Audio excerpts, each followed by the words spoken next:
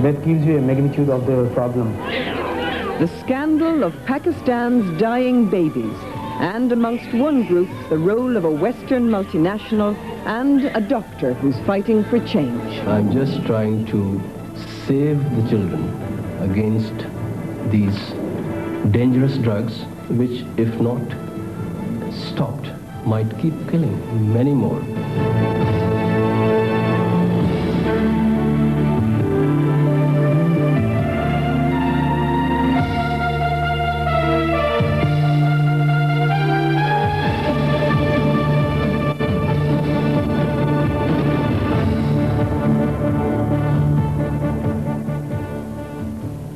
Good evening. It's more than 15 years since the world first fully appreciated the dangers of bottle-feeding babies in the third world in conditions of poor hygiene and dirty water. The facts could hardly be starker. A bottle-fed baby is 14 times more likely to die than a breastfed baby. Yet, astonishingly, in much of the third world today, mothers are turning away from the breast to the infant formulas of Western companies who are in fierce competition for a multi-million-dollar market. We went to one country, Pakistan, to investigate their marketing and the link between diarrhea and infant mortality. But en route, we uncovered a deeper catastrophe, the role played in a series of deaths by the misuse of a Western drug made by a household name which is one of the world's best-selling anti-diarrheal drugs. For some of Pakistan's babies, the story is no less than a series of vicious circles.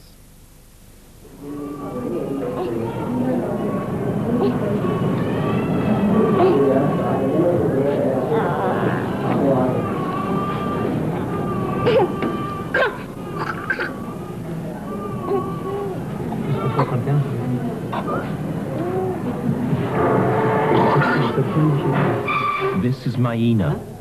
She's 6 months old and has a week to live. She has acute diarrhea, but she's in hospital because of an overdose from a drug that was given to treat her. That drug is made by one of the biggest multinationals in the world.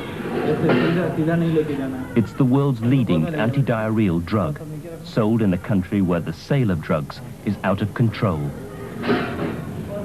The company who make it have now agreed to stop manufacture. Too late for Maina.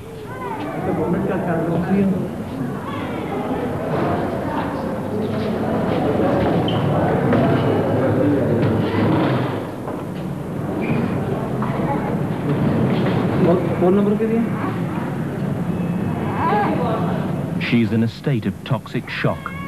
Her intestines are paralyzed.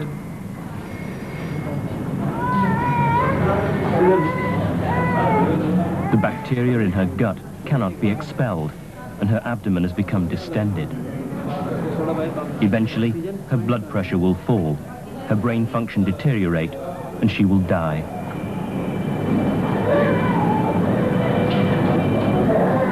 It's a vicious circle at which Western products have played a damaging part at successive turns.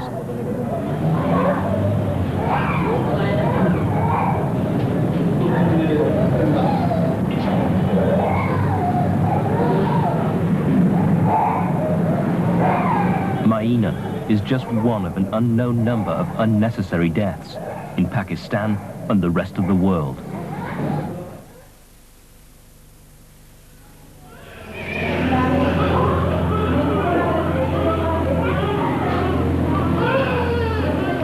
Holy Family Hospital, Karachi. Every year, 5 million babies are born in Pakistan, but more than 500,000 will never reach their first birthday. A pattern of infant mortality repeated throughout the third world. We have something like 700,000 babies die every year. And out of the 700,000 deaths in the babies, nearly 250,000 deaths are accounted for by diarrhea alone.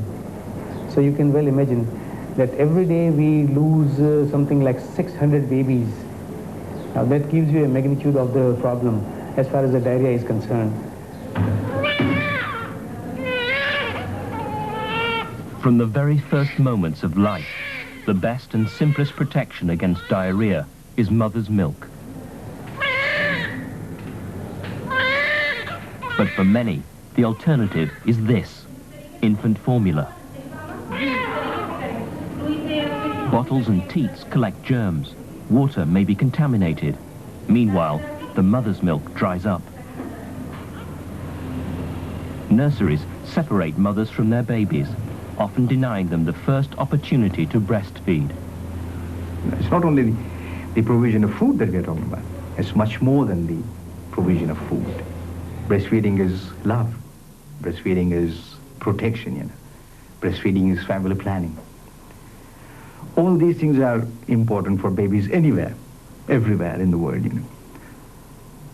But more so for us, because when we don't breastfeed, then the alternatives are terrible, They are contaminated, filthy, and make the child ill.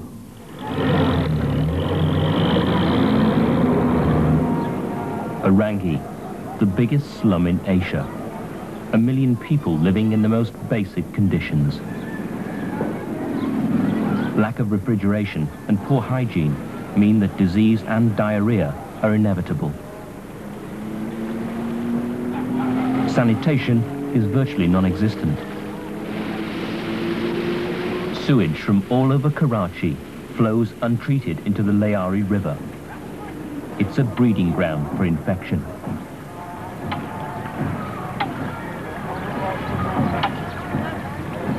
Their conditions, which leave children the most vulnerable. A child in Pakistan suffers 10 to 12 bouts of diarrhea each year.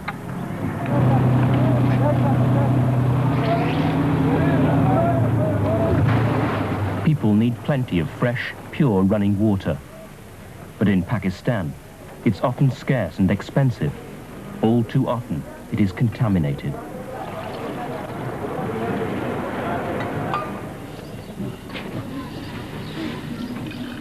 And for bottle-fed babies, impure water can be lethal.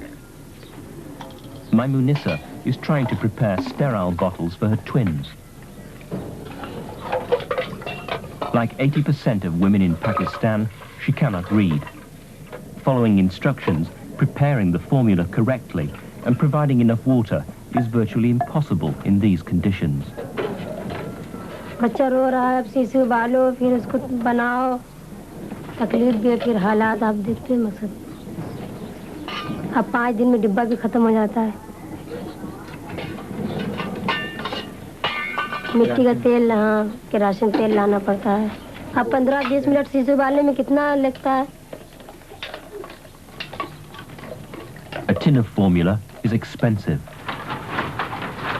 A day's wages for Akram, her husband. He earns around £1.50 a day, the price of 1 tin of formula. Because it's expensive, mothers routinely overdilute the formula, and that creates malnutrition.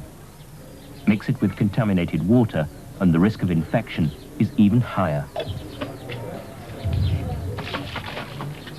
Nutritionally perfect, the practice of breastfeeding is in decline in Pakistan, while milk formula has an ever-growing market. It's worth £5 billion worldwide.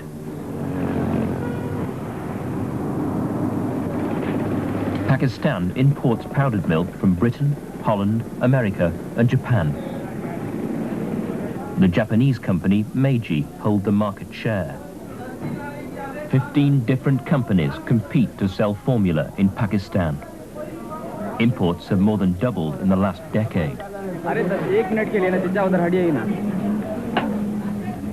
If we don't check the onslaught of the many formula manufacturers coming into this country, yes, we would have a disaster, because at the moment, a traditional breastfeeding culture is changing to bottle feeding culture. We still have mothers in large number who are breastfeeding, but they are being informed, they're being influenced from all possible sources, to change that practice. And if we have a large majority of them doing that, we will have even worse infant mortality, worse conditions for our babies. Even before she left hospital, Maimunissa was introduced to bottle feeding. She was given this free sample of infant formula, but she is aware of the dangers. अभी तो माशाल्लाह मेरे बच्चों को नहीं हुआ है, अब अगर गर्मी आएगी तो इससे तो खतरा रहेगा।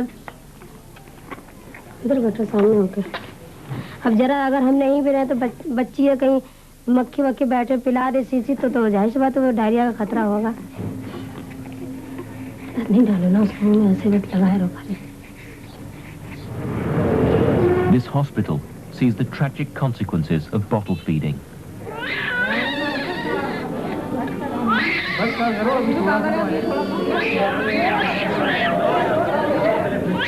500 children are brought here every day.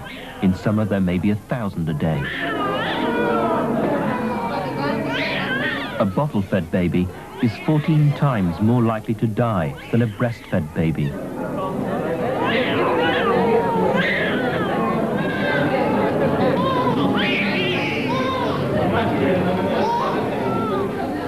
Over half of them in this unit come with acute diarrhea and severe dehydration. They are losing fluids faster than they can be replaced.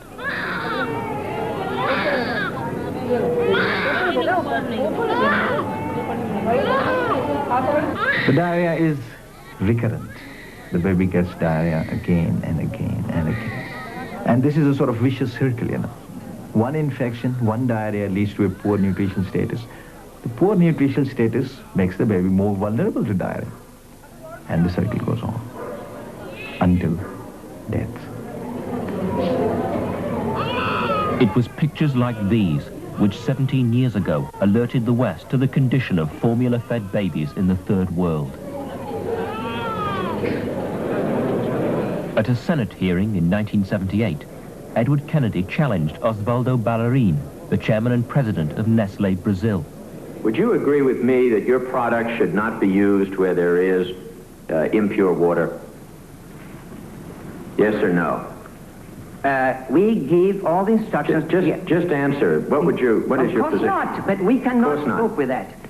Well, as I understand what you say is where there's impure water, it should not be used. Yes. Where the people are so poor that they're not going to realistically be able to continue to purchase that, and which is going to mean that they're going to dilute it to a point, yes, which is going to endanger the health, that it should not be used. Yes. All right, now, then my final question is what do you do, or what do you feel is your corporate responsibility to find out the extent of the use of your product in those circumstances in the developing part of the world? Do you feel that you have any responsibility? We can't have that responsibility, sir. May I make a reference to... You can't have that responsibility? No.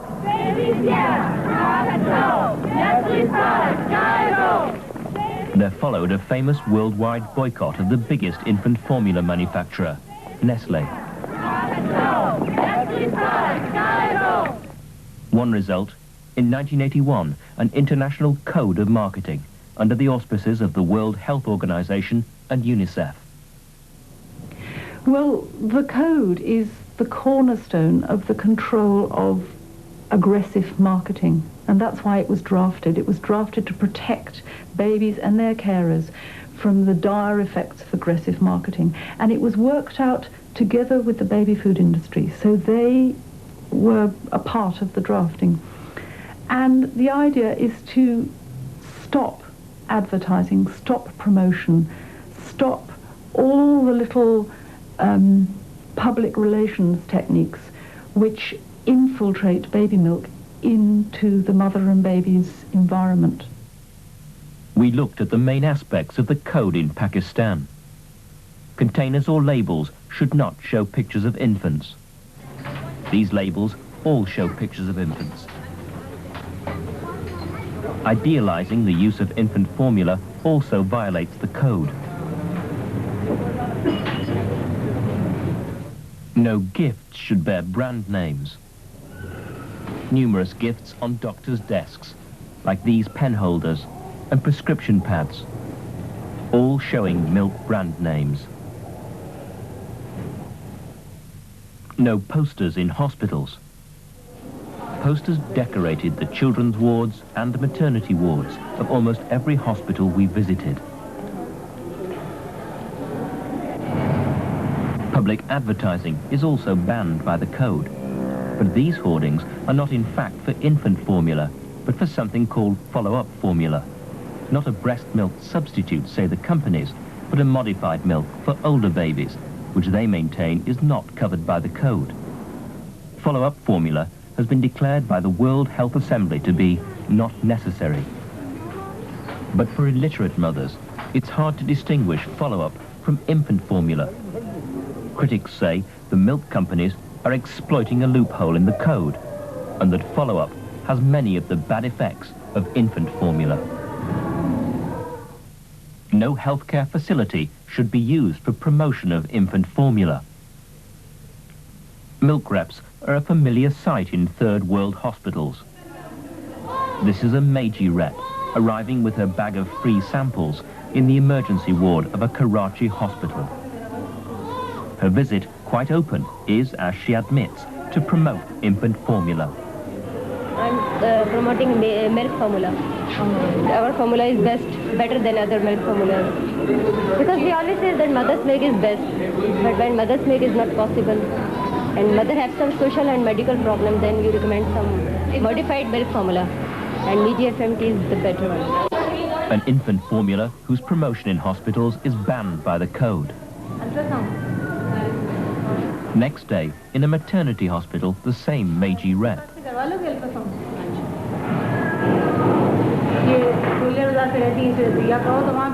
This time, the Meiji follow-up formula is explained to the doctor, who has responsibility for over 3,000 newborn babies every year.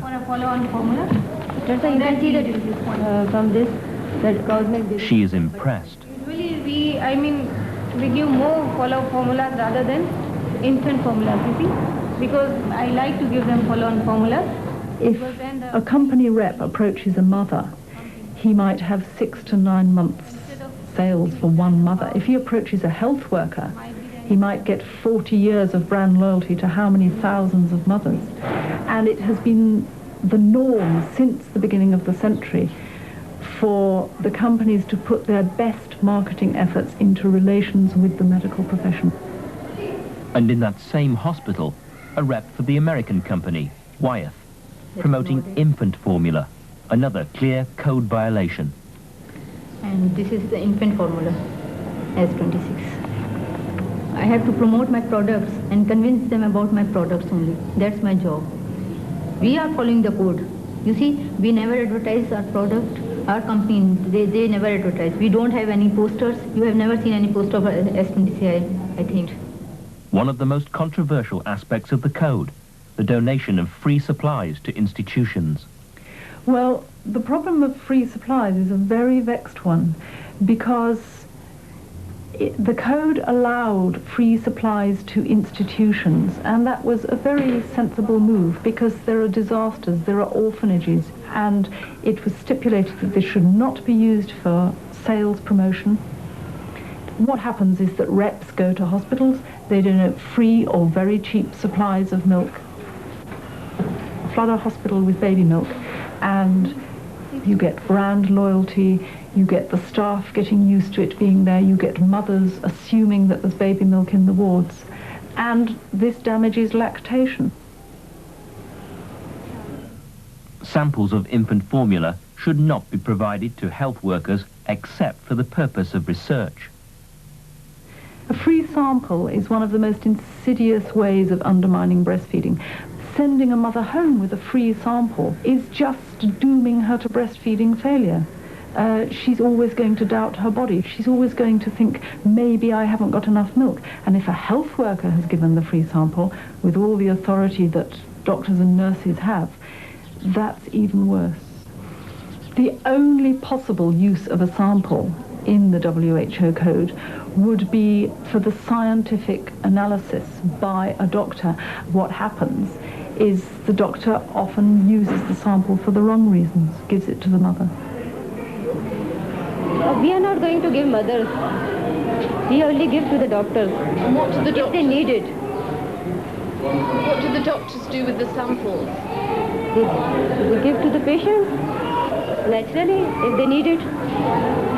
It's up to the doctors, you know. It's not up to the mothers. And it's not up to us, no? When you see some of the sick babies in hospital, does that concern you? No. I don't see the sick babies. I don't have direct approach. I told you, no, I don't have direct approach to the mothers or babies. I have approach only to the doctors. I visit only doctors. There are lots of cases of diarrhea that we see. Do you know the cause of that? That's the main problem, because of contaminated water, and maybe because of bottle feeding they have some problems with them. The relentless cycle of bottle feeding, infection and diarrhea ends here, in the intensive care wards of Pakistan's hospitals. But many of these babies now have an additional problem. Their diarrhea has been mistreated with drugs, anti-diarrheal drugs, with potentially fatal consequences.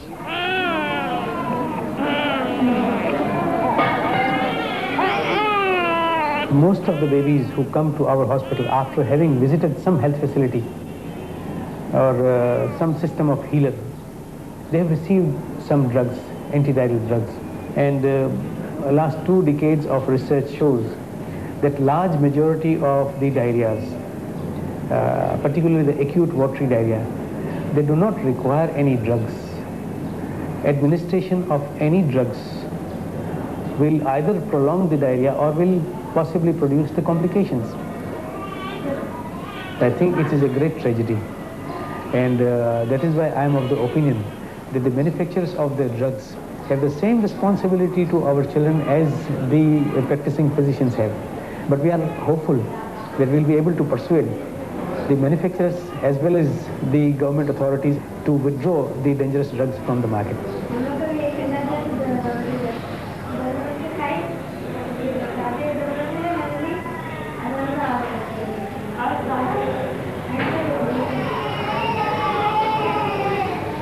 In part 2, one man's campaign to remove one of those drugs from the market and the reactions of the multinational company which makes it.